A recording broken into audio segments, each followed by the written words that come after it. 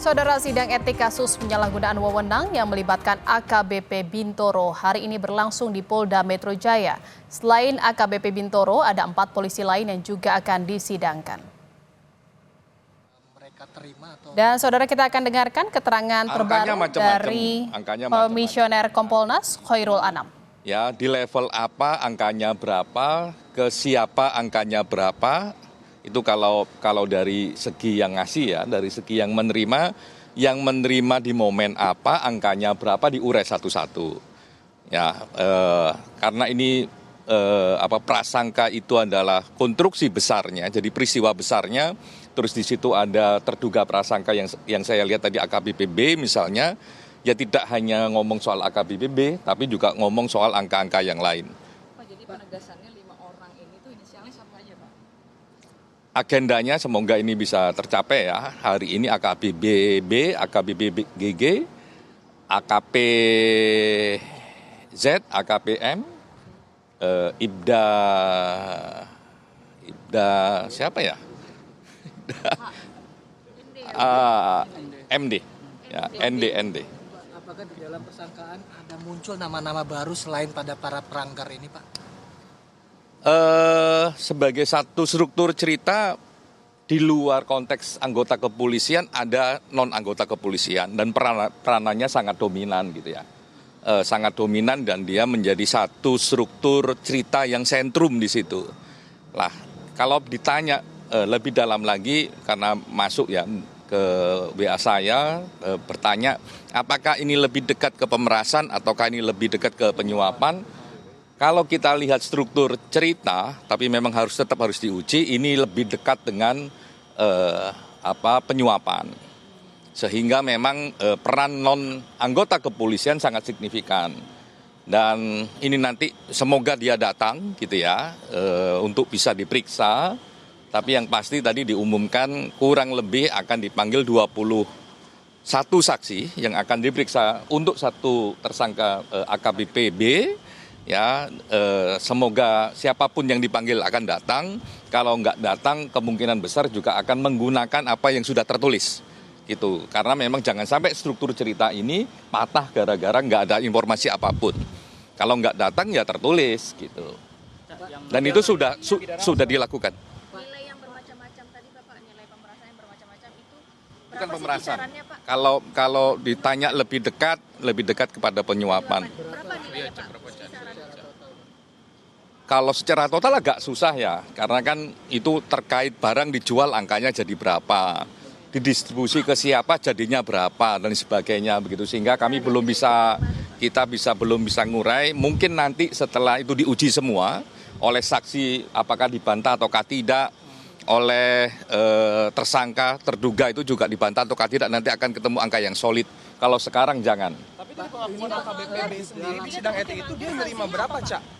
Gimana? Dari pengakuan AKBP sendiri di Kan sidang belum. etik itu berapa? Ya, Kan belum. gitu, Cak. Ini kan masih persangkaan. Kalau persangkaan kan belum diuji.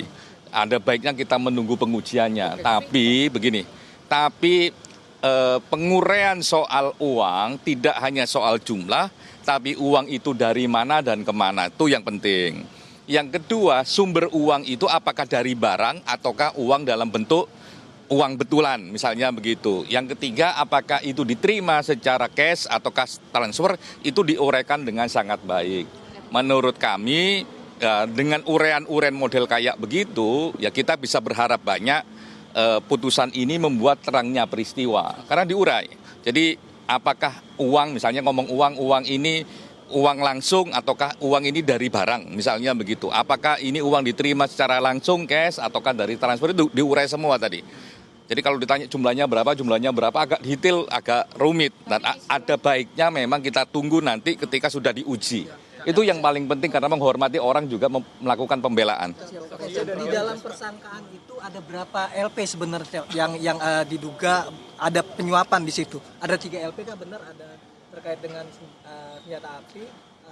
Kasus ini berangkat dari kasus pokok, ya kan, terjadi pada 24 tahun 2024 kemarin, awal-awal kan begitu kasusnya ini.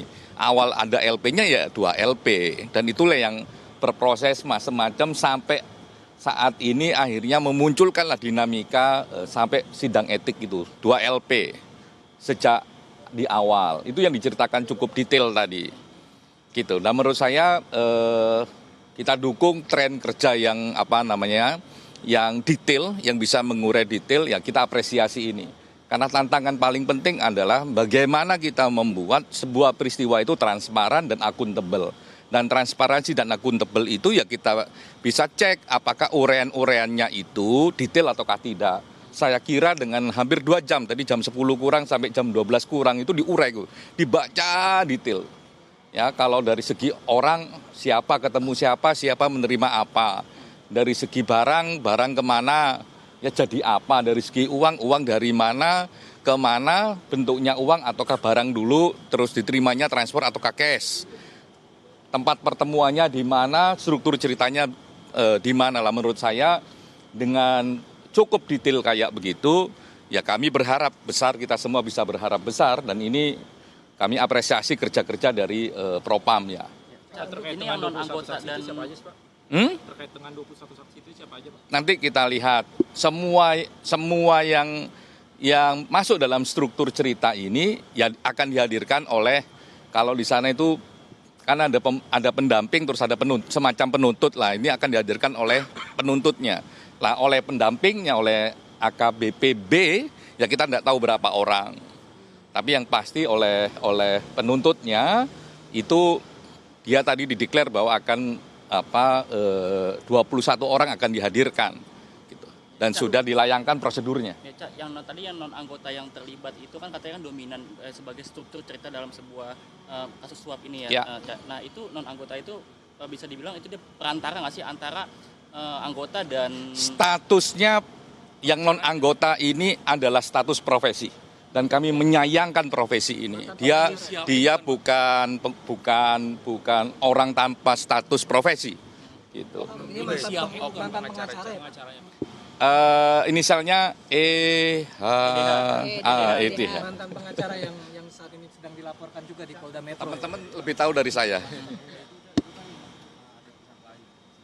Kan ada pihak lain, kemudian Saudara, barusan kita mendengarkan pernyataan keterangan pers yang disampaikan oleh Komisioner Kompolnas Khoirul Anam, di mana menyatakan bahwa hari ini ada sidang etik terkait dengan kasus penyalahgunaan wewenang yang melibatkan AKBP Bintoro, di mana selain AKBP Bintoro yang dihadirkan dalam sidang, ada 4 polisi lain yang juga menjalani sidang etik hari ini. Dan ya tadi sudah disampaikan oleh Khoirul Anam bahwa nantinya akan ada 21 saksi yang akan dihadirkan atau yang akan diperiksa dalam sidang terkait dengan kasus ini.